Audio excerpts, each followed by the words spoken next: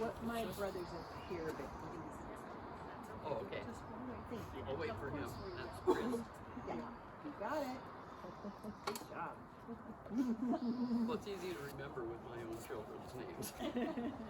Do you have a A daughter named Christy. Oh, and a Kimberly. And Kimberly. Oh, isn't that funny? Oh, wow. Yeah. So I've always remembered your names. Yeah.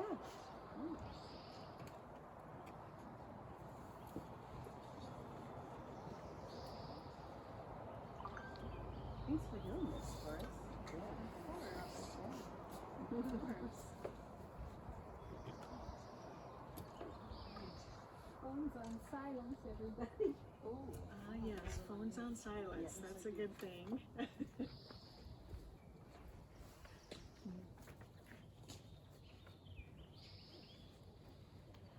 Well, welcome everyone Thank you. to this beautiful spot, and thank you for being here today and for inviting us into your family for this ritual of remembrance. Your presence is a gift of kindness and compassion, and it means more than you might realize. May this be a time and a place for each one of us to experience the spirit of love and of healing. We gather on this summer day to remember Ian Wesley Christopher and Helen Gray Christopher, and to commit their ashes to this sacred place and to the keeping of eternity. Let this be a time for feelings of gratitude for their lives and an acknowledgement of the sacred wheel of life. Ian and Helen were founding members of this congregation, which was known as the Unitarian Fellowship of Olympia, the UFO, at its creation. I found them in the UFO membership book, which is right over there. You can see their signatures. They're on page 2 of the founding members. And it's the same book that we use today for people to sign. And so they began a lineage that we continue today. Their signatures were dated September 7, 1952. And I am so grateful for their contribution to a vision of this liberal faith community. I am sorry not to have known them, and I've so appreciated hearing stories about who they were and how much they brought to this community. And how nice to honor them today as OUUC celebrates its 70th anniversary this year. Today we honor the memory of Ian and Helen with words and feeling by placing their ashes in this container, where they will mingle with the memories and the ashes of others of this community. Their ashes will be held here in the beauty of nature as they return to the earth. In this setting, we know that Ian and Helen are one with nature, and may its holiness uplift us. And finally, let this be a time to reflect upon the deeper meanings and purposes of our own lives.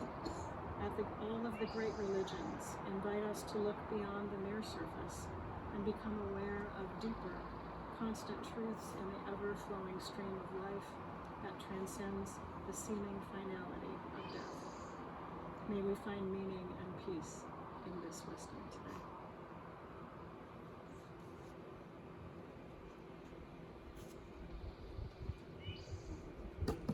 Of course, we're here today to dedicate the ashes of Ian and Helen Christopher to the congregation's columbarium. Again, we're also here to pay homage to their lives and to give thanks for the days that they spent among us. We're also here to remember their lives and the fullness of their humanity, lives that show what it means to be human in some particular way. And so we have come together today. It is right and fitting that we are here, for each human life is sacred, and so is its ending.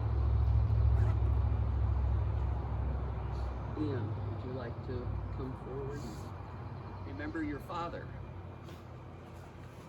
I feel like I'm preaching to the choir. It's great to have all the family members that are here, and especially Susan and Tim coming from Tennessee, Sharon and Ian coming from New Mexico. It's great. Right here is a picture of the founding members of the Unitarian Church. And Dad is here, and this good-looking person right in front of him is myself at 9 years old. And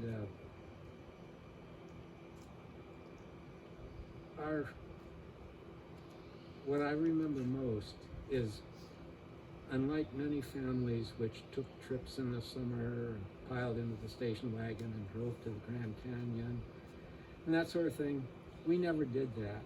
But what we did do, which I enjoyed so much, was going to places like Seabeck and the University of British Columbia for church conferences.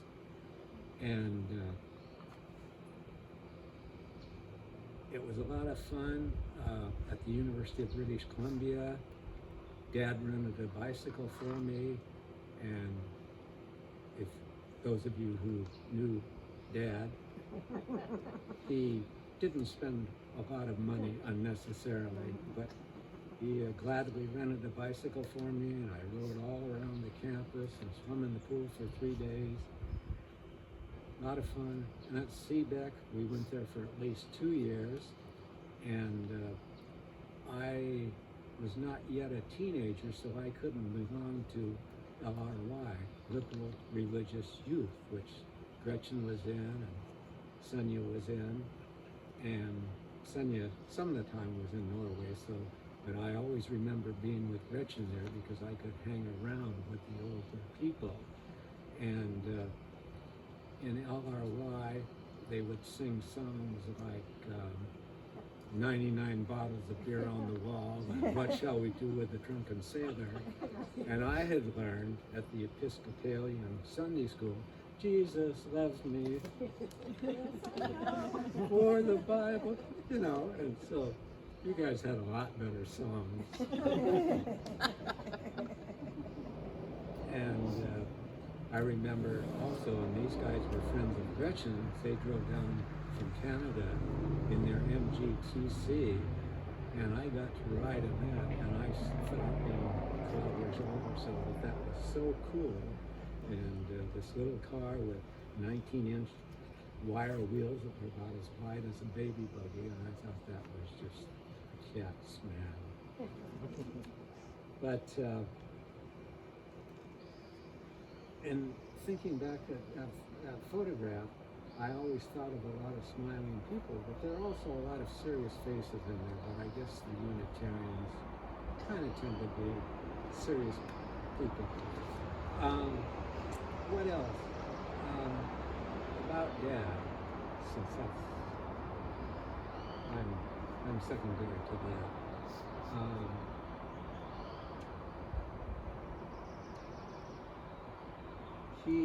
He was a founding member of the Olympia Photographic Club, but years later, when he was about 90, he took up painting, started doing watercolor, and I think it was 70.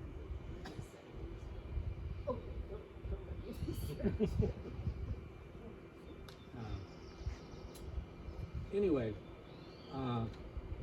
one of the things he liked to do was paint, and unlike some painters who paint from photographs, Dad took no kin in that. He wanted to be experiencing the moment as it was, as opposed to how it had been. And he also was very enamored with perspective, and he worked on perspective. And this picture of Witter Bay, I think, brings out the perspective. And also, Dad had a pretty interesting perspective on life. And I thought that was great. These pictures, I think most everybody knows about. Dad playing the cello. As far as I know, he was 64 years old when Mom took that picture. Mom's book double entry. Mom and Dad, who are on the back of the book. Dad, who was 90, Mom was 81.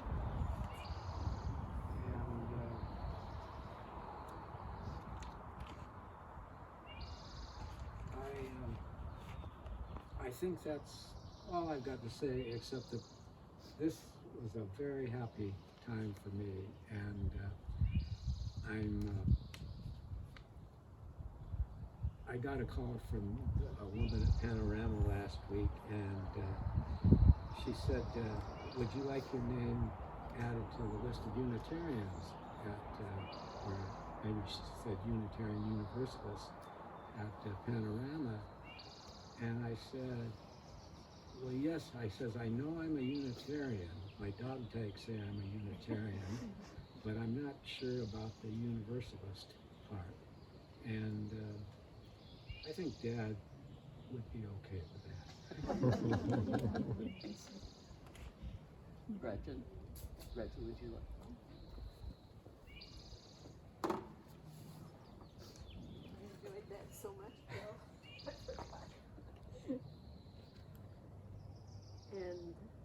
And Mary, thank you for your opening words too. Mom had requested a song, and I thought, well, I've got to do one for Dad too. And since when I first wrote this and played it, more than one person in the family, I guess, said that they thought it was for Dad, but they couldn't quite put it together.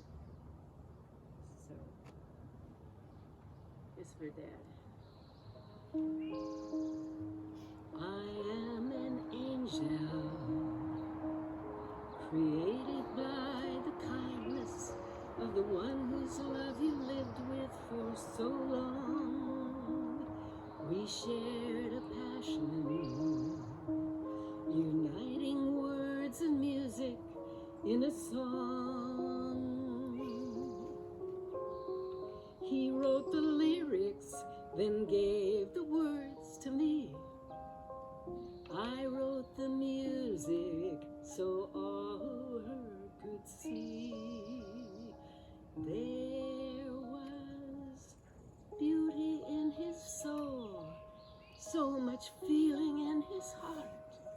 Now the song lives on, though he is gone, we're not apart. I am an angel, bringing messages to you. I see him smiling with his happiness in you, for he loves you as life. And though he has passed on, he's sending you this song. These are his words. I am an angel, delivering my messages to you. I'm well and happy, delighting in my memories of you. For I loved you as life, and though I have passed on, sending you this song. These are my words. These are my words.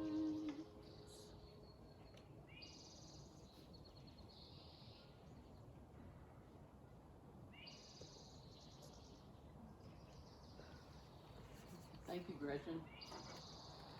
This tribute to your father. Helen Gray was born in 1909 in the Lincoln County farming community of Wilbur, Washington, which is still there. Her father was Wilbur's mayor and also went on then to become a state senator here in Olympia. Helen attended Whitman College, where she received her Bachelor of Arts degree as well as her teaching credentials.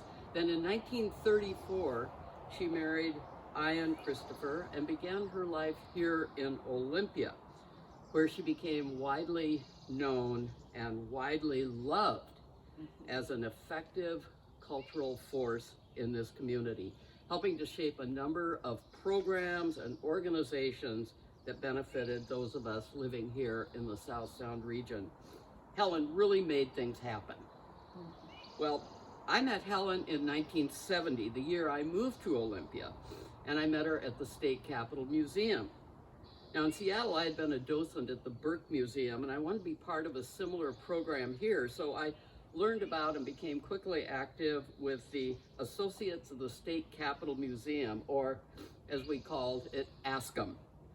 Now Helen had co-founded ASCM with Miggs Godet, another dynamic force here in Olympia, and our state's First Lady, Nancy Evans.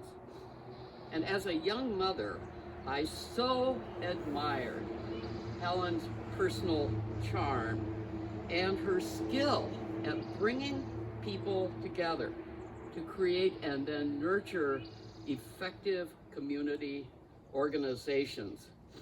She had a skill. She involved her friends who were already involved here in the community, and then she really made welcome newcomers, encouraging them to join and then, of course, volunteer with our local organizations.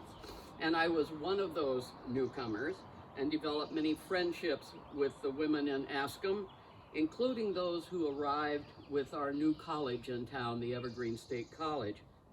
Thanks in large part to Helen's gracious leadership, ASCM was a lot of fun. We had, and it was also creative, we had fashion shows of historic clothing from the museum's collection. And of course, Helen was a model in those fashion shows, as was Gretchen. And we had educational programs, taking potlatch boxes to schools to acquaint our students with more about our local tribal communities.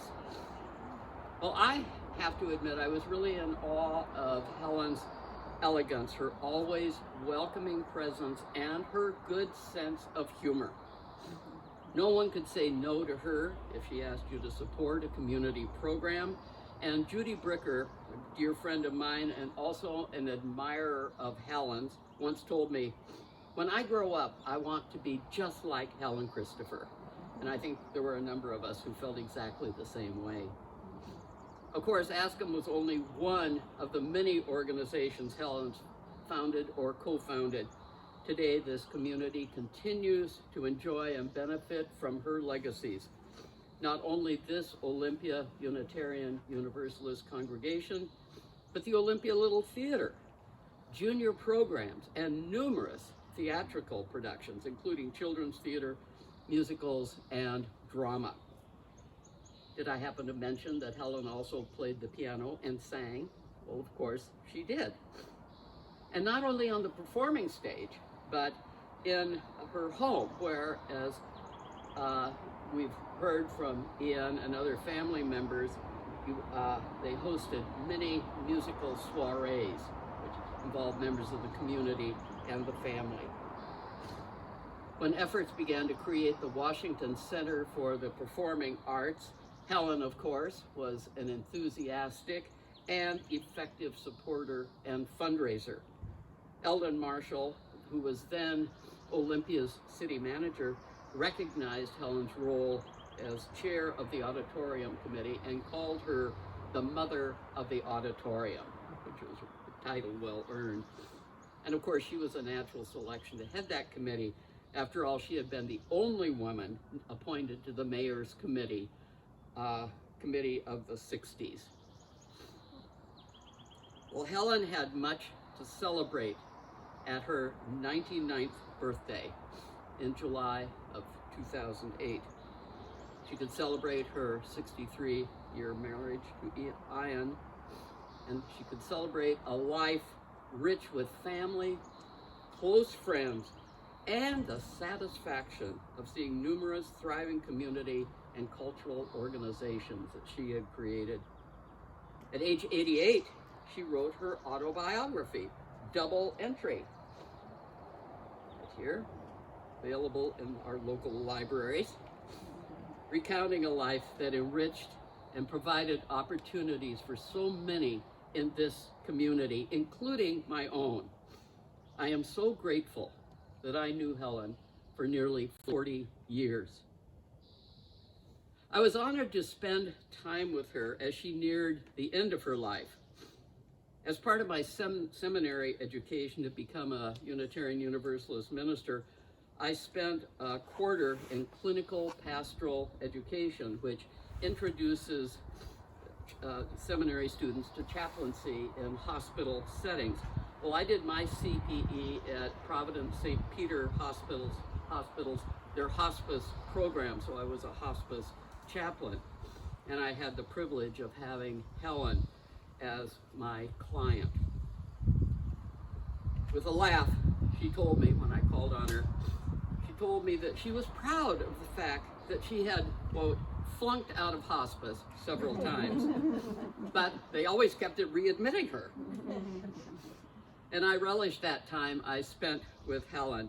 We had long talks about her life, took walks around Panorama, and we talked about her many legacies, including the enriched arts community, and of course her wonderful family, including her sons Ian and James, who sadly died in 2018, and her daughters Sonia and Gretchen.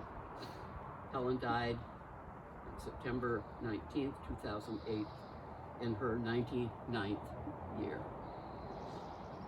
I told my daughter, Kimberly, who was 6 or 7 years old when she met Helen in the 1970s, that we were having this ceremony here today, and Kimberly offered her own tribute. Helen was a class act, and indeed she was. Gretchen.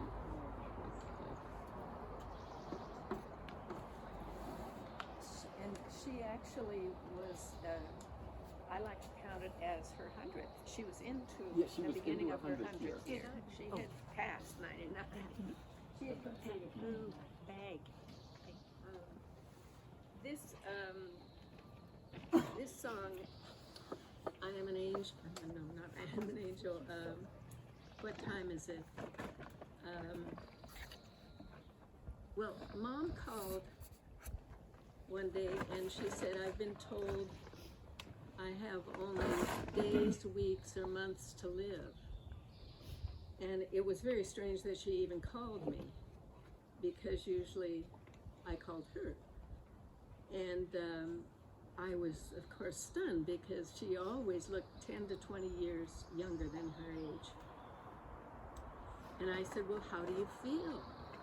And she said, well, that's the funny thing. I'm feeling really good. I got over my back injury. She had slipped in the bathroom and fallen back on the tub and hurt her back and all these muscles.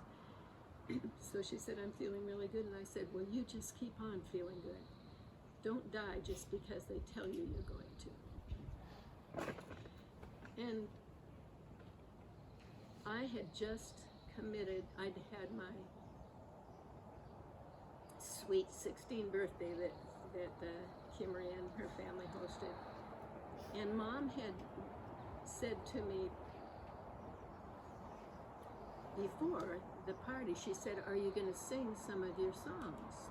And I said, well, no, I hadn't planned to. And she said, well, I think you should. That was amazing to me, because one of the very strange things, although my family was very musical and had jam sessions and soirees and chamber music in the home and everything, I think I am accurate in saying that my mom and dad never, ever asked me, well, have you written a new song? Or could you sing that song you wrote? Or never. And in fact, one time, I had a local performance, which was unusual, and I wanted them to come. Anyway, I learned that they were apparently afraid I would embarrass them or something. But anyway, Mom, for my sweet 16 birthday, said she thought I should perform. So at the end of the party, Mom was about to leave, so I had said to her I would. And so I gathered people together, and we and I sang some songs, including people were very encouraging, and I committed to making the album Sweet 16. And it was shortly after that was February 29th, and it was, I believe, in May when Mom was told that. Bill, does that sound right? That she only had days, weeks, or months to live. Anyway, we didn't know if she would make it to her 95th birthday, which was July 30th.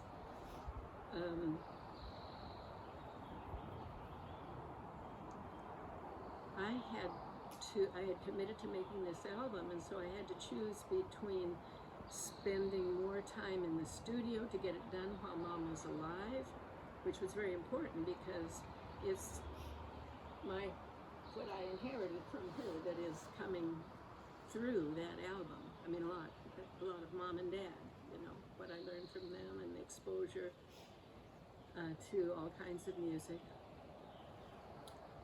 So do I spend more time in the studio to hurry up and get this done while Mom is alive?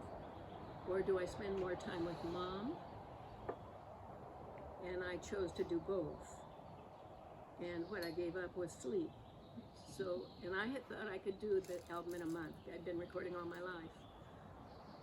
It took 3.5 years. The concept, the writing of the music, the recording of it, and a lot of it I bounced off Mom. And so I was playing this song on her little electronic piano at Panorama, and she said, "That makes me sad." And you'll hear the song in a minute. And but she also asked that it be played at her the celebration of her life.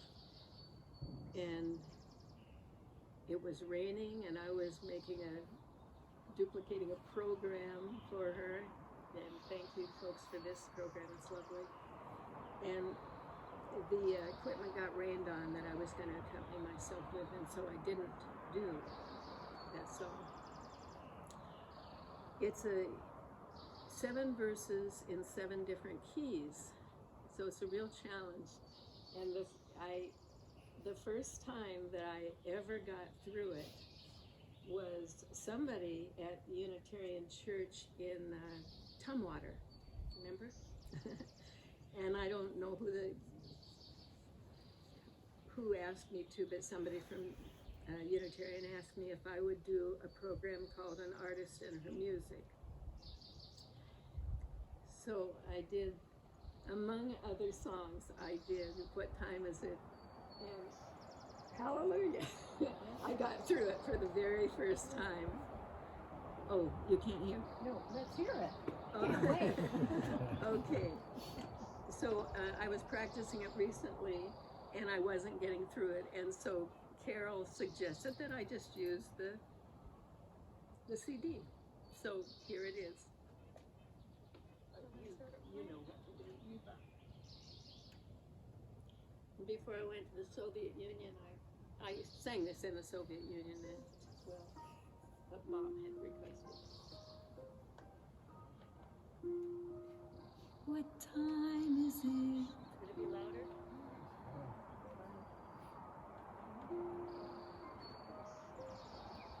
Is it time to laugh? I've waited so long, waited so long.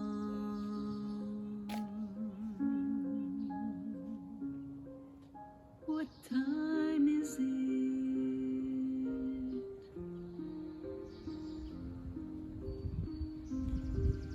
Is it time to live? I've waited so long. I've so much to give.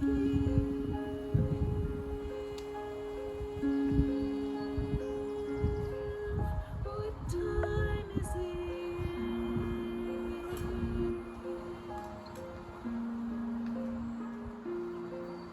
Is it time to care? How much can I give? How much can I share?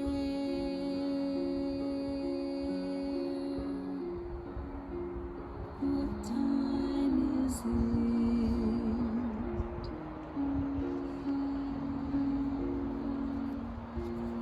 Is it time to kiss? How much will I feel? How much did I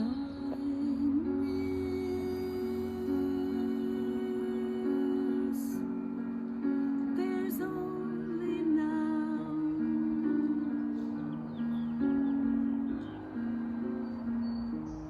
I have just today. I'll fill it with love and give it away.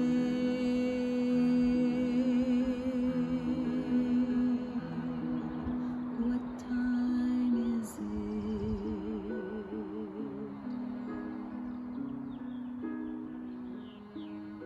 Is it time to go? There's so little time to share what I know. I know there's only now.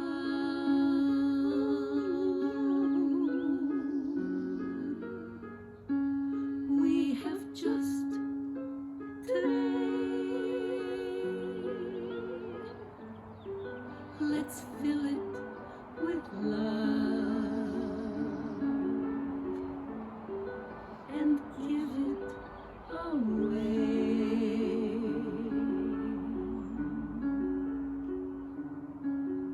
What time is it?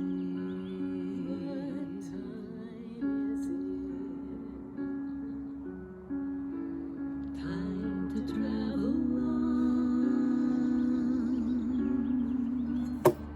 I leave you, my love. The spirit lives on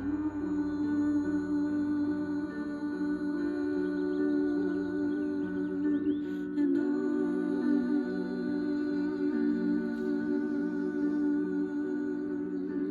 and on and on and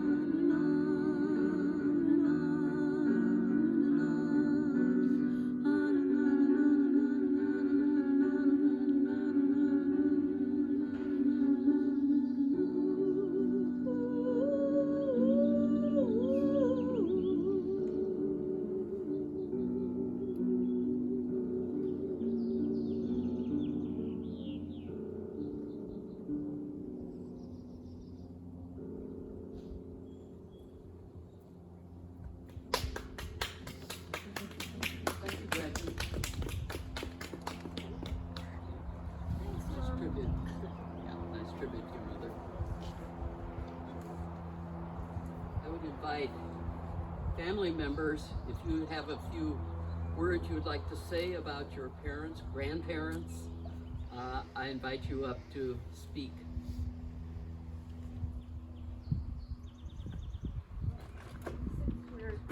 Sonia. Yes. Since we're here at the Unitarian Church, I want to tell you a little about the folks in regards to that and made my own development, let's say.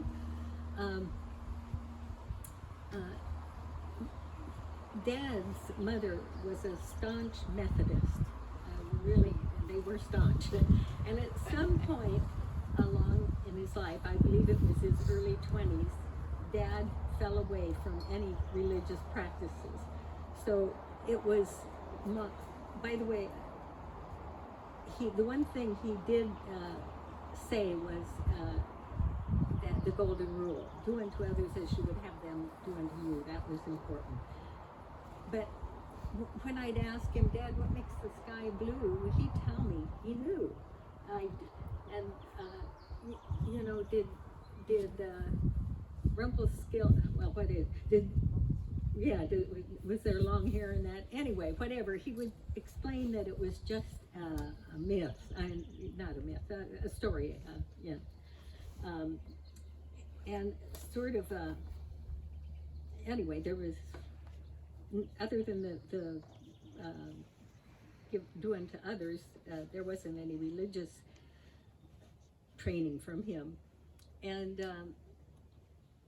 so I remember coming into Sunday school at, I don't know whether it was the Congregational Church or the Presbyterian, anyway, and the teacher was telling a story about this man who walks on water. Well, I knew no one could walk on water, so it was just sort of a fairy tale. But when I was 15, 16, Dad and Mom found the Unitarian Fellowship, and it was wonderful. And seeing some of these people reminds me that I was going to the congregational youth group at night, and then I was coming to the Unitarian youth in the mornings, Sunday mornings. And at that time, the LRY was bringing in foreign students from the University of Washington who talked about their religions. And on this particular Sunday that I remember, there was a Buddhist, and I was so taken with some of those philosophies, not living for a heaven or hell, but living a good life now, and so forth. So at congregational youth group that night, I went to the minister who led it and told him about this exciting religion. And anyway, I thought I saw a trace of disapproval or unhappiness in his eyes. And it was that to me, it seemed he was hypocritical, so I never went back. But Mom told me years later, when I told her this story, she said it wasn't that he was hypocritical, it was that he was losing a lot of his good members to the fellowship. So that's it for now. Thanks, Anya.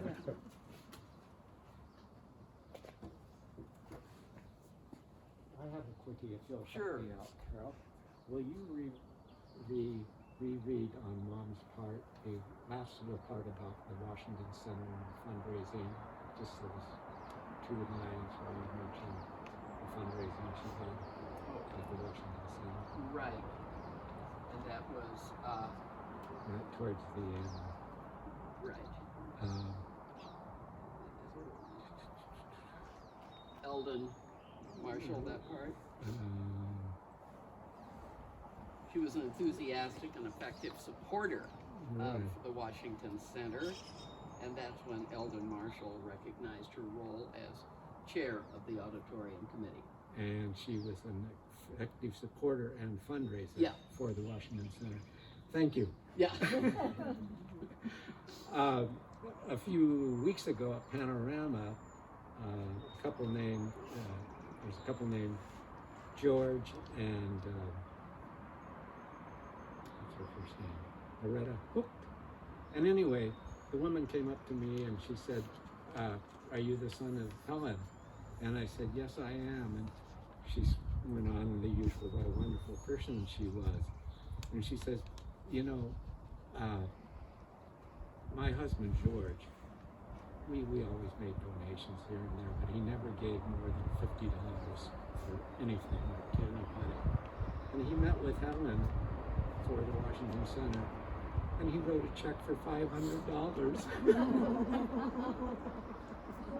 So she was a good fundraiser. Yeah, I appreciate that, and she may have hit up my parents who were living at Panorama at the time because they donated as well, and they were not big supporters of programs like that. And it was Luann Hope. That was Okay. yeah, you know. Luann Haug, sure. She was with us in Yep, Mexico. she's another museum person. Other memories of family.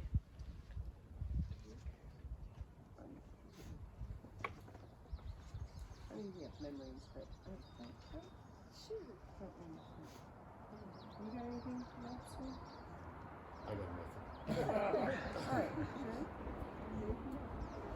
All right. Check. Okay.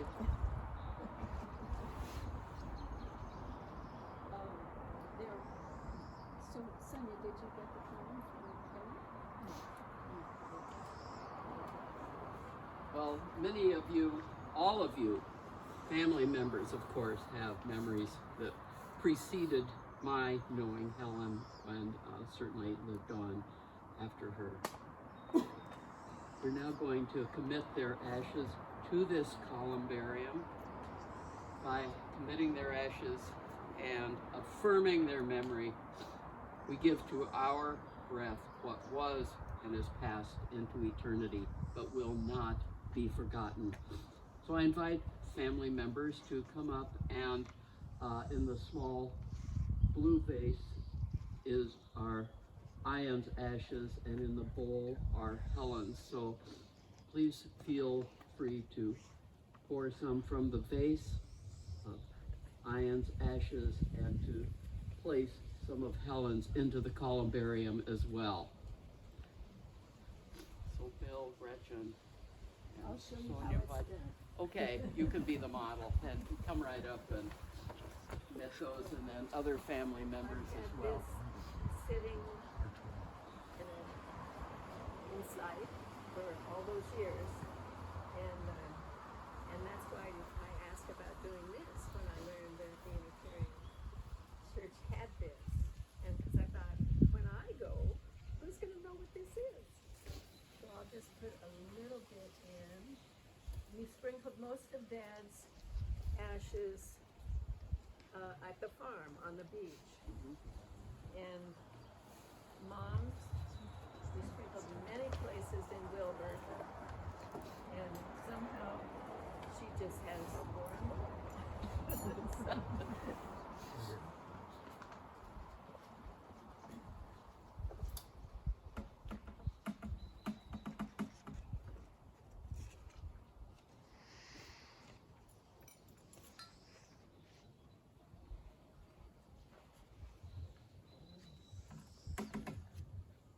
The bigger scoop is available too. Yeah.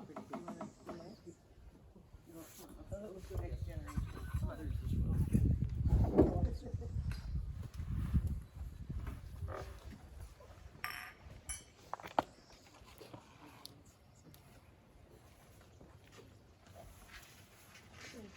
I'm glad you didn't tap it.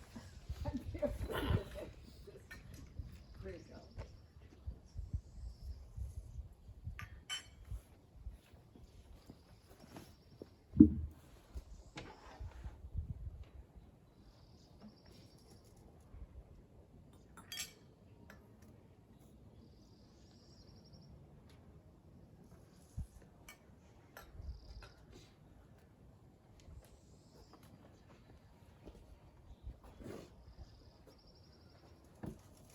Oh, there's a lot of mayonnaise. I know, I'll do a big scoop.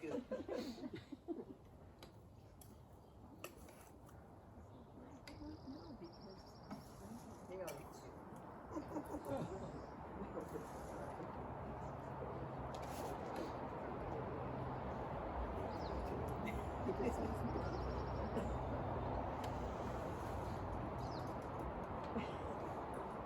There was a lot in here.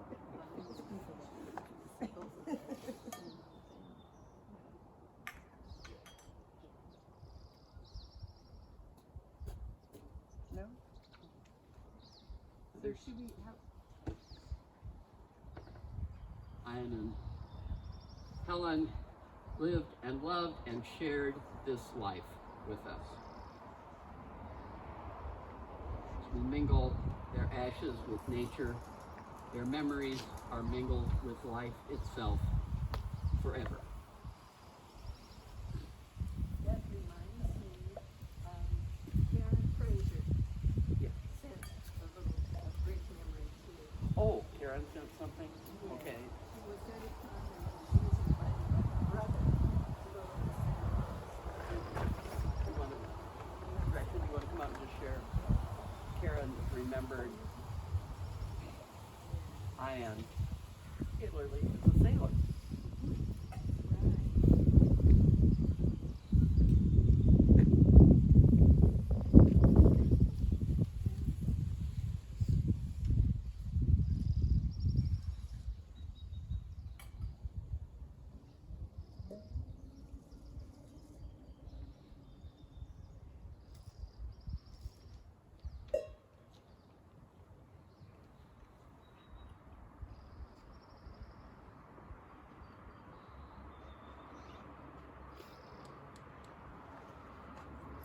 Sorry, I'm not a whiz at finding things, but here it is.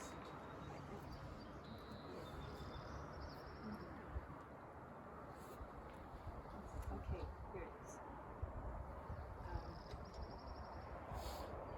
She said, "Hi, Gretchen. I have lovely memories of your parents.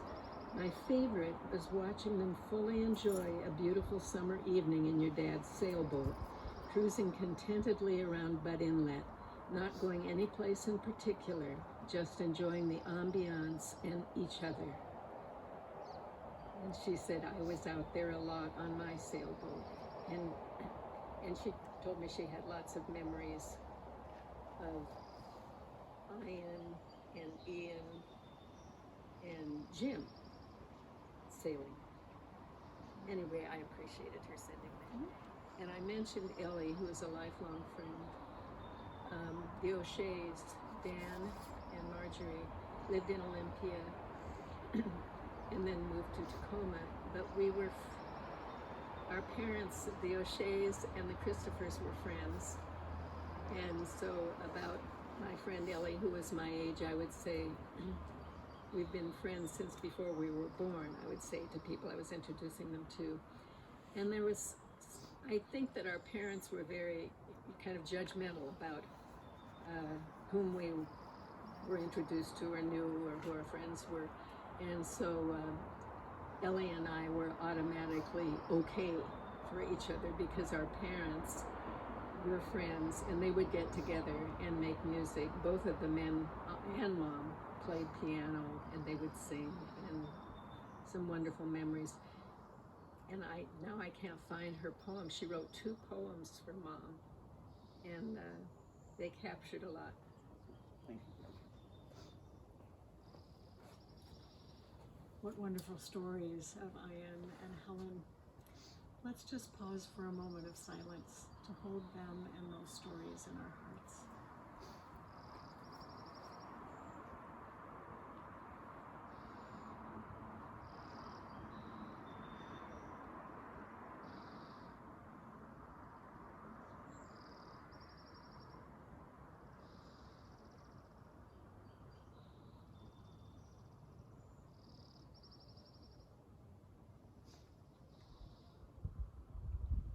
Grief is a holy thing.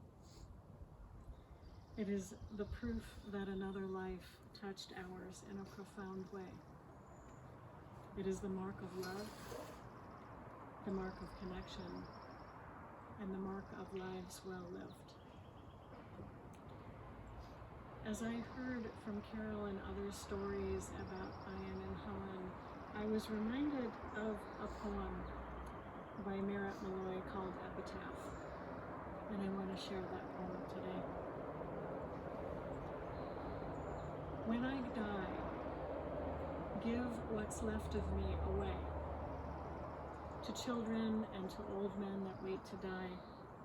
And if you need to cry, cry for your sibling walking the street beside you. And when you need me, put your arms around anyone and give them what you need to give me.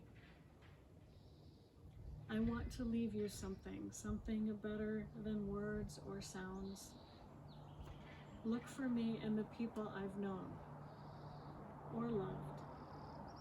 And if you cannot give me away, at least let me live on in your eyes and not in your mind. You can love me most by letting hands touch hands, by letting bodies touch bodies, and by letting go of children that need to be set free. Love doesn't die. People do. So when all that's left of me is love, give me away. In honoring Ian and Helen today, may we remember their engagement in this community, their commitment, their service, and their love. And most of all, let us give their love away.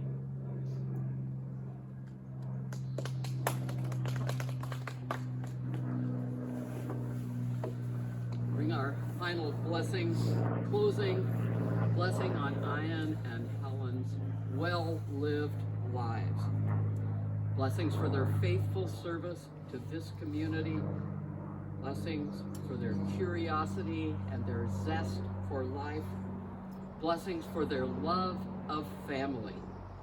Blessings for the known and for the mystery. Amen.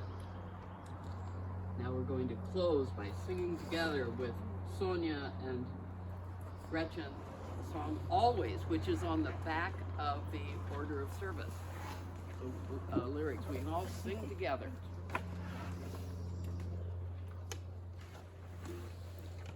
To make you feel better, Gretchen, toward the end of Mom's life, Gretchen told me she liked to be tucked in at night, and you know, yeah, Mom liked to be tucked in, and anyway, all the rituals that she did with us, and so I was taking care of her one night. I was up here, and I tucked her in and so forth, and then I said, "Mom, would you like me to sing to you?" And the bed started shaking.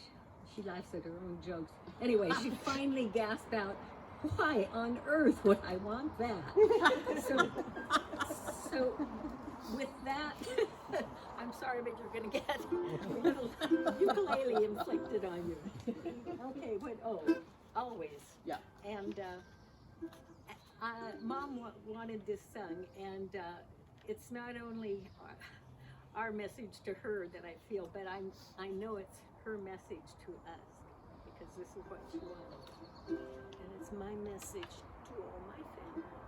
I'll be loving you always with a love, with a love that's true. Always when the things you plan need a helping hand, I will understand. Always, always. Days may not be fair. Always. That's when I'll be there. Always. Not for just an hour. Not for just a day. Not for just a year. But always. So. Sorry. All right. Thank you all. Thank you all for being here. Thank you, Gretchen and Oh, Sonia. yes.